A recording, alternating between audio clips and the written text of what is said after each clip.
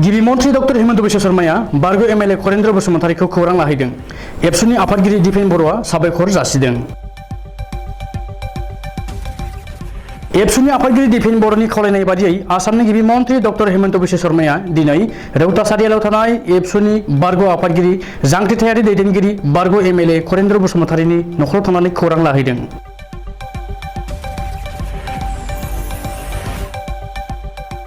मख'जायोदि खरेन्द्र बसुमतारीया थांनाय गोलाव समनिफ्रायनो केन्सार बेरामाव गोग्लैनानै न'आवनो फाहामथाय लागासिनो दङ। गिबि मन्त्री डक्टर हेमन्त बिश्व शर्माया खरेन्द्र बसुमतारीनि देहाखौ खौरां लानानै अनसुंथाइनि चेक होनायजों लोगोसे आबुङै फाहामथाय होनो थाखाय खोथा होयो।